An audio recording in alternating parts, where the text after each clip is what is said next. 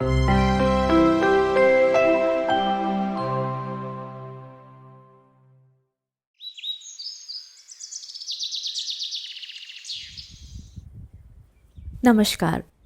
मैं हूं जोनाता डोडा, documentary India the golden sparrow disaster risk reduction की प्रस्तुतकर्ता और निर्देशक।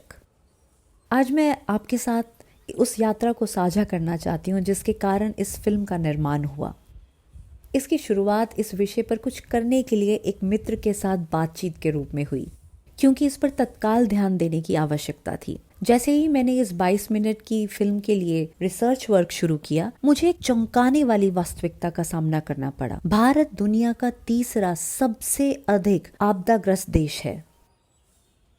प्राकृतिक आपदाओं की जांच के रूप में जो शुरू हुआ, वह खतरों और आपदाओं के बीच महीन रेखा की जांच में बदल गया और प्राकृतिक घटनाओं और मानवीय कार्यों के बीच जटिल नृत्य जो उन्हें आपदाओं में बदल देता है। इस मामले की तत्कालीनता ने मुझे उस वक्त प्रभावित किया जब मुझे एहसास हुआ कि पढ़े लिखे लोग भी काफी हद तक अनभिज्ञ या उदासीन रहते हैं। ये एक ऐसा विषय है जिसे इस विश्वास के साथ खारिज कर दिया जाता है या नजरअंदाज कर दिया जाता है कि व्यक्तिगत कार्यों से कोई फर्क नहीं पड़ेगा। फिर भी हकीकत बिल्कुल उलट है।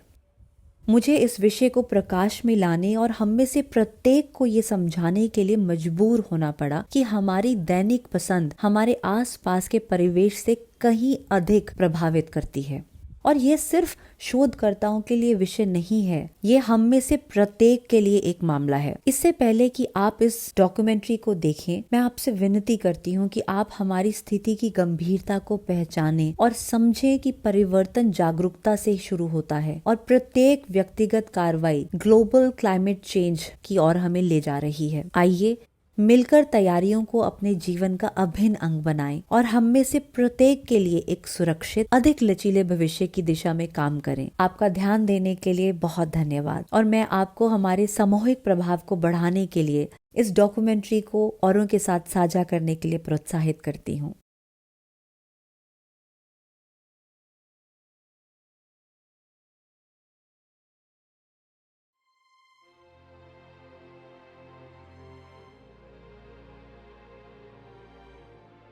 भारत, जिसके उत्तर में शक्तिशाली हिमालय है, क्षेत्रफल के हिसाब से 7वां सबसे बड़ा देश है और प्राकृतिक घटनाओं के प्राकृतिक आपदाओं में बदलने के मामले में दुनिया का तीसरा देश है, चीन और अमेरिका के बाद।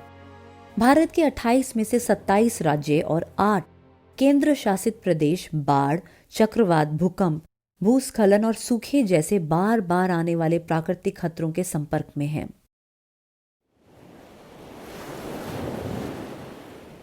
अपनी भौगोलिक स्थिति, भूकंपीय जोखिम क्षेत्र और इंटर कन्वर्जेंस पॉइंट के कारण भारतीय उपमहाद्वीप को इन आवर्ती वायुमंडलीय घटनाओं का सामना करना पड़ता है। बदलती जलवायु, मानवीय गतिविधियों के कारण ग्लोबल वार्मिंग और अधिक जनसंख्या के कारण स्थिति और खराब हो रही है। 2019 ग्लोबल क्लाइमेट रिस्क रिपोर्ट के अनुसार भारत को प्रभावित करने वाली कुल आपदाओं में से 52% बाढ़ के कारण होती हैं, जिसमें 63% भौतिक क्षति होती है और 32% मानव जीवन की हानि होती है। भारत में भूकंप की संभावना भी बहुत अधिक है। इसके लगभग 60% क्षेत्रों को मध्यम से बहुत उच्च भूकंपीय जोखिम वाले क्षेत्रों के रूप में वर्गीकृत किया गया है। विडंबना ये है कि भारत के कुछ हिस्से सूखे का सामना करते हैं, जिसमें लगभग 5% भौतिक क्षति होती है और उसी समय देश के दूसरे हिस्से में बाढ़ आई होती है। 2015 के सूखे ने 350 मिलियन लोगों की जिंदगी को प्रभावित किया।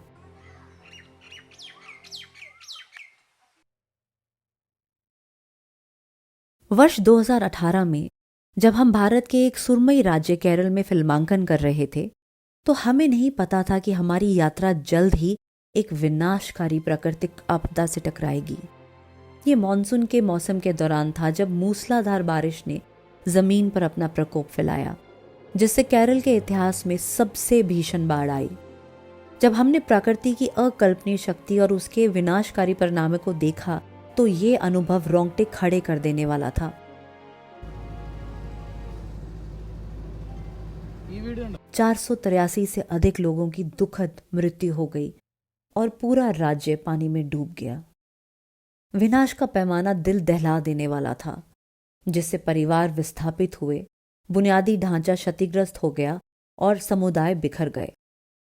हालांकि अराजकता और निराशा के बीच कैरल ने उल्लेखनीय लचीलापन और दृढ़ संकल्प दिखाया।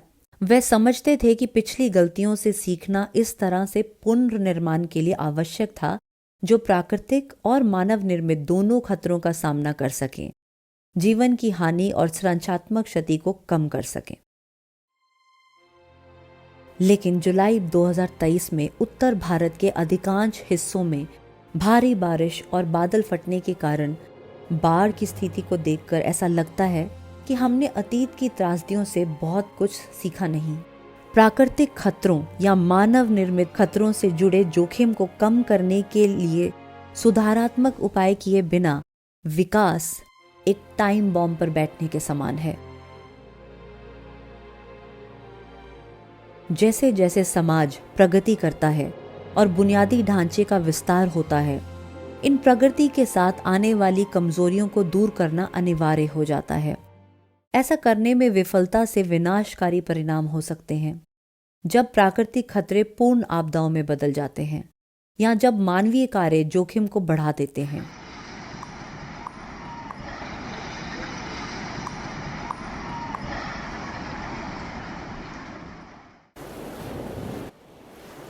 भारत के परिदृश्य का कैनवस, जो कभी विस्मयकारी सुंदरता का दावा करता था, अब मानवीय लापरवाही के दुखद छापों को सहन कर रहा है, जो चल रही प्राकृतिक आपदाओं के दिल दहला देने वाले दृश्यों में प्रकट होता है। प्रकृति की कच्ची शक्ति, ट्रैमर, बाढ़ और भूस्खलन के रूप में पर्यावरण के प्रति हमारी अपनी उपेक्षा विनाश की लपटों को भड़काती है, जिससे व्यापक पीड़ा होती है। ये जटिल संबंध आपदा जोखिम में कमी के लिए हमारे दृष्टिकोण में तत्काल बदलाव की मांग करता है, जो हमें वर्तमान संकट के निरंतर हमले से कीमती जीवन, बुनियादी ढांचे और परिस्थिति तंत्र को बचाने के लिए व्यापक रणनीतियों को अपनाने का आग्रह करता है।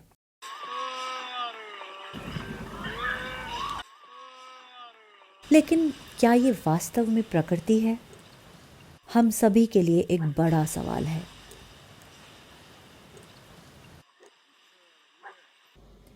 हिमाचल प्रदेश, छत्तीसगढ़ और पंजाब राज्यों में जीवनदायिनी के रूप में पूजनीय नदियां अब हमारी सामूहिक उदासीनता को दर्शाती हैं। कभी साफ रहने वाला पानी मलबे और प्रदूषकों से भरा हुआ है, जो हमारी उपेक्षा का दिल दहला देने वाला प्रमाण है। कचरे की अंधाधुंध डंपिंग इन नदियों की कोमल लय को बाधित करती है, जिससे उन्हें अपना रास्ता बदलने और तबाही मचाने के लिए मजबूर होना पड़ता है। विनाशकारी बाढ़ के माध्यम से जल प्रदूषण से स्थिति की गंभीरता बढ़ जाती है, जिससे आपदा तीव्र हो जाती है। इन अब गंदे नदी तटों पर रहने वाले समुदायों के लिए पर्यावरण पर मानवीय कार्यों का प्रभाव दर्दनाक रूप से स्पष्ट है, हर जन हानि और हर जलमग्न घर के साथ।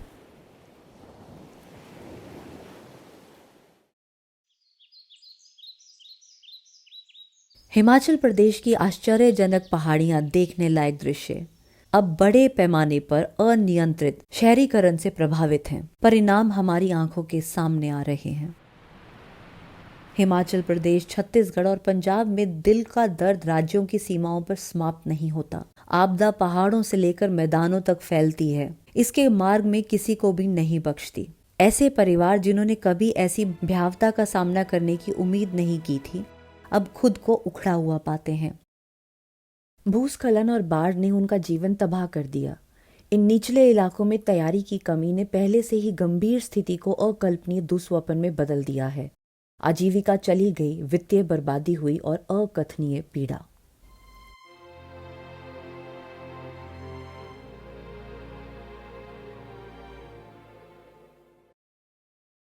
अब हम इनसे कैसे निपटेंगे, बड़ा और अहम सवाल है। ये दुर्घटनाएं क्यों होती हैं और आपदा क्या है? भूकंप, भूस्खलन, बाढ़ आपदाएं नहीं हैं।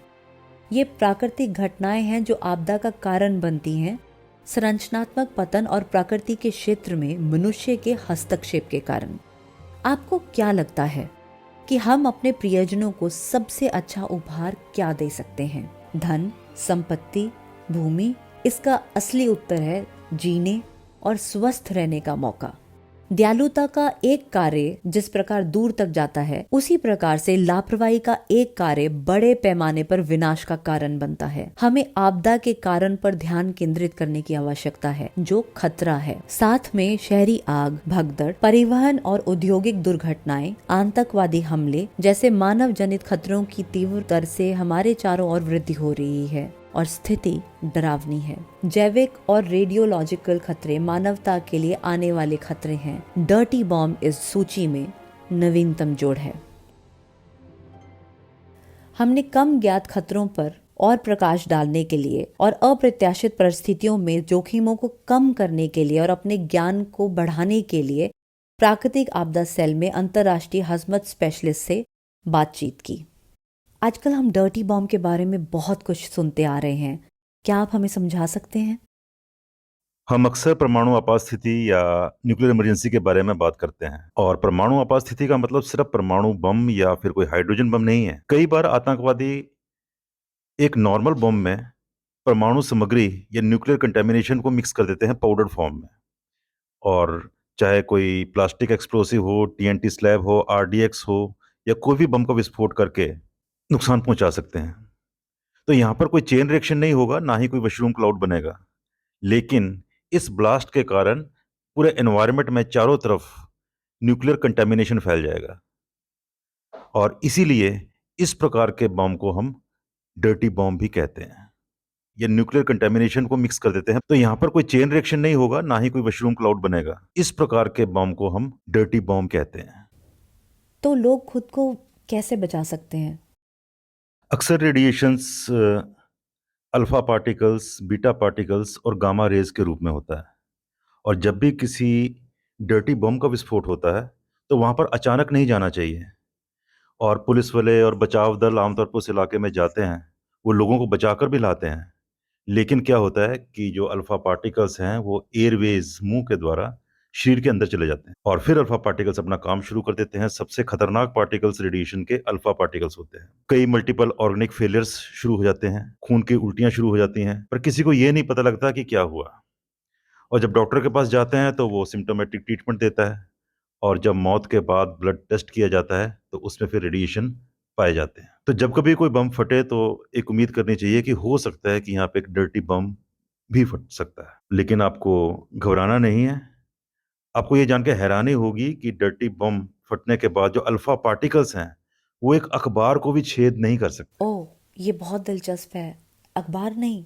यस, इसलिए आपके पास हमेशा मास्क होना चाहिए। आपको याद होगा एप्रोप्रिएट कोविड बिहेवियर के बारे में, जिसमें कि हमने सेल्फ प्रोटेक्शन और शील्डिंग के बारे में सीखा है। तो आपके पास एक मास्क होना चाहिए, और यदि आपके पास कोई मास्क भी नहीं है तो कम से कम एक अखबार का ही पीस ले लीजिए, उसको आप चेहरे के ऊपर लगा सकते हैं, ताकि अल्फा पार्टिकल्स आपके वायु मार्ग में प्रवेश ना कर सके। आपने हमें बहुत ही अच्छी बात बताई है। हमें सबसे पहले अपने लोगों को सूचित करने और अपनी आबादी को शिक्षित करने की आवश्यकता है। तभी हम उनके साथ संवाद कर पाएंगे और उन्हें समझा पाएंगे कि कैसे प्रत्येक व्यक्ति द्वारा की गई छोटी से छोटी गलती घटनाओं की तबाही का कारण बनती है। प्रौद्योगिकी और जागरूकता की मदद से हम लोग इन खतरों का मुकाबला कर सकते हैं और आपदा से बच सकते हैं। पिछले 20 वर्षों में इन आपदाओं के कारण भारत को 80 अरब डॉलर से भी ज्यादा का नुकसान हुआ है। अगर इसकी बजाय हम इन 8,000 करोड़ डॉलर का उपयोग भूकंप प्रतिरोधी बुनियादी ढांचे के निर्माण में कर सकते, यदि हमारे शहरों और कस्बों का निर्माण उचित तरीके से किया जाए, जिससे जल निकास संरचनाओं की मदद से हम बाढ़ से बच सकते हैं या उनकी दिशा बदल सकते हैं और उस पानी का उपयोग देश के सूखाग्रस्त क्षेत्रों के लिए कर सकते हैं। हमें देश की प्रगति के लिए कम से कम उच्च माध्यमिक स्तर तक सभी के लिए मुफ्त शिक्षा स्थापित करने की आवश्यकता है। हमें इस देश के हर व्यक्ति को, चाहे वह गरीब हो या अमीर, ये बताने की जरूरत है कि ये प्रयास न केवल इस राष्ट्र के निर्माण के लिए बल्कि इस देश के अस्तित्व के लिए भी महत्वपूर्ण है। हमारी जीवित रहने की प्रवृत्ति 2 कहावतों पर आधारित होनी चाहिए। पहला, बचाया गया पैसा ही कमाया हुआ पैसा है और दूसरा रोकथाम इलाज से बेहतर है। इसलिए अगर हम इन आपदाओं में खोया हुआ पैसा अपनी बुनियादी ढांचे के विकास, योजना, शिक्षा और रणनीति में निवेश करें और उन्हें होने से रोकें तो भारत महाशक्ति बन जाएगा। एक और प्राकृतिक घटना जो बेहद खतरनाक हो सकती है वह है गड़गड़ाहट और बिजली। और हमारे लिए ये महत्वपूर्ण है कि हम उनसे होने वाले जोखिमों को समझें और अपनी सुरक्षा के लिए आवश्यक सावधानी बरतें। हमने इस संबंध में विशेषज्ञ से बात की। गड़गड़ाहट और बिजली, क्या ये किसी आपदा का कारण बन सकते हैं? हाँ जी, बिल्कुल। और भारत में थंडर और लाइटनिंग के कारण होने वाली मौतों की संख्या लगभग 133% बढ़ गई है। ये चिंताजनक है। और हर साल लगभग 2500 से लेकर 3000 तक लोगों की मौत ओ, थंडर और लाइटनिंग के कारण ही होती है। हे भगवान, तो हम इनसे कैसे बच सकते हैं? तो मूल रूप से सबसे अच्छी बात यह है कि हमें थंडर और लाइटनिंग के बारे में जागरूकता होनी चाहिए। और एक ऐप है जिसका नाम है दामिनी। दामिनी ऐप। राइट, इसे आईआईटी ने बनाया है और एनडीएमए ने भी इसे मंजूरी दी है। जी।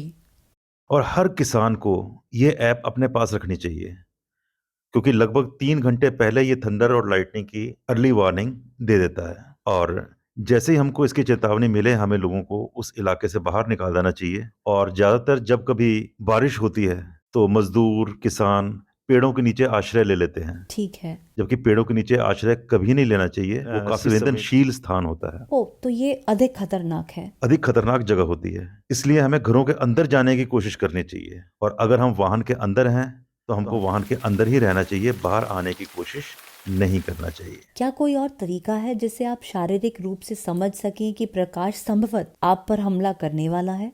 और एक तरीका है जिससे हम शारीरिक रूप से भी समझ सकते हैं कि लाइटनिंग हम पर आ सकती है। तो उस समय जिस समय बिजली गिरने की संभावना होती है, हमारे शरीर के जो रोंगटे हैं वो खड़े हो जाते हैं। तो ये कहीं ना कहीं इंडिकेट कर रहे होते हैं कि हमारी तरफ बिजली आकर्षित हो रही है। ऐसे समय में हमें झुककर एक क्रोचिंग पोजीशन बना लेनी चाहिए, जिसमें कि दोनों एड़ियां आपस में मिली हुई, ताकि अगर कोई बिजली हमारे आसपास भी गिरती है, ग्राउंड में भी गिरती है, तो हमारे पैरों के थ्रू बाहर निकल जाए और बाकी शरीर में नुकसान ना पहुंचे।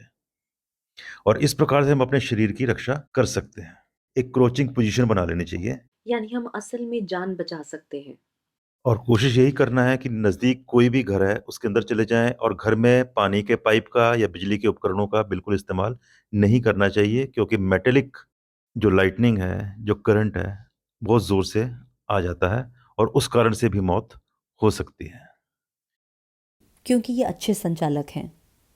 बहुत अच्छे कंडक्टर्स हैं। और ख़ासतौर पे टेलीफोन लाइनें हो गई, बिजली की और तारें हो गई, जो कि लाइटनिंग कंडक्टर्स हैं, उसका इस्तेमाल नहीं करना चाहिए और टेलीफोन को भी उस समय हमें काट देना चाहिए।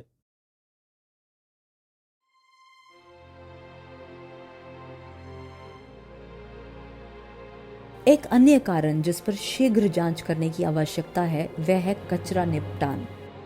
भारत एक फैशनेबल देश है जहां सैकड़ों कपड़ा और अन्य इकाइयां स्थित हैं। हमें स्थिरता, जलवायु परिवर्तन, भूजल की कमी जैसे बढ़ते मुद्दों को संबोधित करके नेतृत्व करना होगा।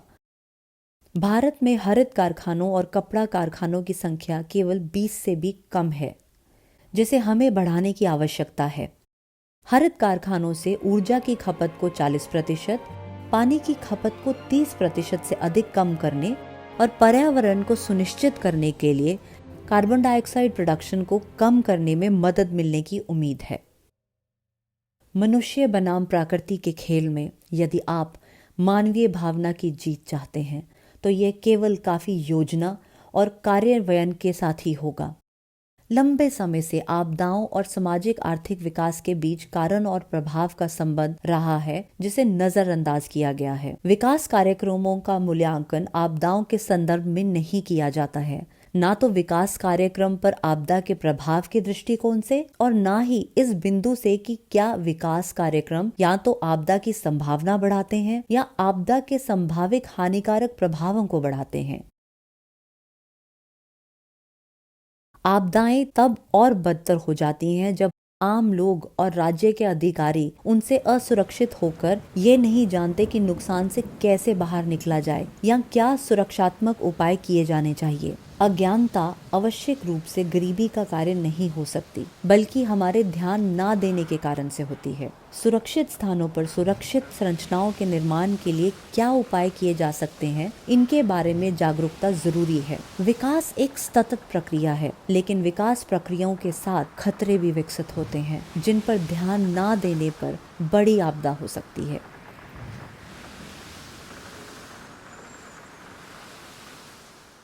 जोखिम को कम करने के लिए और सर्वोत्तम मार्गदर्शन प्राप्त करने के लिए हमें जो आवश्यक सावधानियां बरतनी चाहिए, उनके बारे में जानने के लिए हमने डॉक्टर भाटिया से बातचीत की। तो हम इन खतरों के प्रभाव से खुद को कैसे बचा सकते हैं? देखिए, जब से हम अस्तित्व में आए हैं, हम सब खतरों के खिलाड़ी हैं। खतरों से हम घिरे रहते हैं और हमें खतरों के साथ जीना सीखना होगा। उन खतरों को नियंत्रित करना होगा ताकि वो खतरे जो उनसे हैं किसी आपदा का रूप ना ले पाए। तो क्या ये संभव है? निश्चित रूप से। देखो, क्लाउड बर्स्ट भी एक खतरा है, लेकिन हम बांध बनाने और टरबाइन चलाने के लिए पानी का भी इस्तेमाल करते हैं। वहां पर हम फ्लैश ऑफ वाटर का ही इस्तेमाल करते हैं। हमारे घर में जितनी भी बिजली है वह एक खतरा है, लेकिन हम जानते हैं कि इसका सुरक्षित उपयोग कैसे करना है। और जब ये मनुष्य के नियंत्रण से बाहर हो जाती है और हम इसकी परवाह नहीं करते, तो निश्चित ही रूप में ये शॉर्ट सर्किटिंग, आग और अन्य प्रकार की आपदाओं के रूप में परिवर्तित हो सकती है। तो आपके कहने का मतलब ये है कि अगर लोग जागरूक हों कि खुद को कैसे बचाया जाए, तो ये खतरे वास्तव में आपदा में नहीं बदल जाएंगे। और मूल रूप से हमारे देश में जितने भी जान और माल की सबसे ज्यादा नुकसान होता है, वो हमारी जागरूकता की कमी के कारण होता है। और इसलिए बहुत जरूरी है कि प्रत्येक व्यक्ति को इन खतरों के बारे में जागरूकता दी जाए, जो कि हमारे चारों तरफ हैं और जो खतरे कभी भी किसी डिजास्टर का रूप ले सकते हैं। और जैसे एक बच्चा बिस्तर पर सोता है, स्कूल जाता है, खतरा हमेशा उसके साथ रहता है। हम हमेशा खतरे में जी रहे हैं और हमें पता होना चाहिए कि उन खतरों के साथ कैसे जीना है, उन खतरों से कैसे निपटना है, ताकि हम एक अच्छा जीवन जी सकें, उन खतरों में रहते हुए भी एक सुरक्षित जीवन जी सकें। क्या आपको नहीं लगता कि आमतौर पर लोग सोचते हैं कि वही हैं जो वास्तव में इन खतरों से प्रभावित नहीं होने वाले हैं, कोई भी सावधानी नहीं बरतते? आमतौर पर लोग सोचते हैं कि वास्तव में इन खतरों से प्रभावित नहीं होने वाले हैं। यही कारण है कि वो सावधानी भी नहीं रखते जो वो रख सकते थे। हम हमेशा सोचते हैं कि युद्ध केवल रूस और यूक्रेन के बीच ही हो सकता है, तो ये कहीं भी हो सकता है। If we are well prepared, well awared, हमारे को इसके बारे में जागरूकता है, तो कोई भी मरने वाला नहीं है। तो हम वास्तव में जान बचा सकते हैं, जीवन बचा सकते हैं। आपदाओं को आपातकालीन प्रतिक्रियाओं के संदर्भ में देखा जाता है, न कि विकास कार्यक्रम के एक भाग के रूप में। इन प्रथाओं को बदलने की आवश्यकता है। किसी भी नई आपदाओं का सामना करने के लिए संवेदनशील क्षेत्रों को पुनर्गठित करने की आवश्यकता है। उदाहरण के लिए, भूकंप प्रतिरोधी भवन की लागत केवल 10 से 15% अधिक है। उच्च जोखिम वाले भूकंप क्षेत्रों में संरचनाओं के नियमित निर्माण से दीवारों पर किसी भी भारी सामग्री से बचना चाहिए। प्रत्येक व्यक्ति को आपदा प्रबंधन में प्रशिक्षित किया जाना चाहिए। भुज भूकंप में बहुत से लोगों ने अपनी जान गंवा दी, क्योंकि उन्हें ये भी नहीं पता था कि ऐसे में कहाँ छिपना है। वास्तव में इसके सभी पहलुओं को शामिल करते हुए आपदा प्रबंधन का अध्ययन आरंभिक स्कूल से ही बच्चों के शैक्षिक पाठ्यक्रम का हिस्सा होना ही चाहिए। पूरी वयस्क आबादी को सामूहिक कार्यशालाओं के माध्यम से इसके बारे में शिक्षित किया जाना चाहिए, जो कि ऑनलाइन और ऑफलाइन मोड के माध्यम से आयोजित की जा सकती हैं। इसे अनिवार्य किया जाना चाहिए।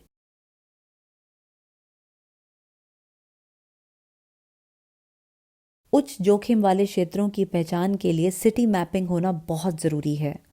आपदा जोखिम न्यूनीकरण की टीमों को आम जनता के साथ हर समय तैयार रखा जाना चाहिए। जैसे कि आप आम तौर पर 3 टाइम खाना खाते हैं, ये जीवन का एक तरीका होना चाहिए।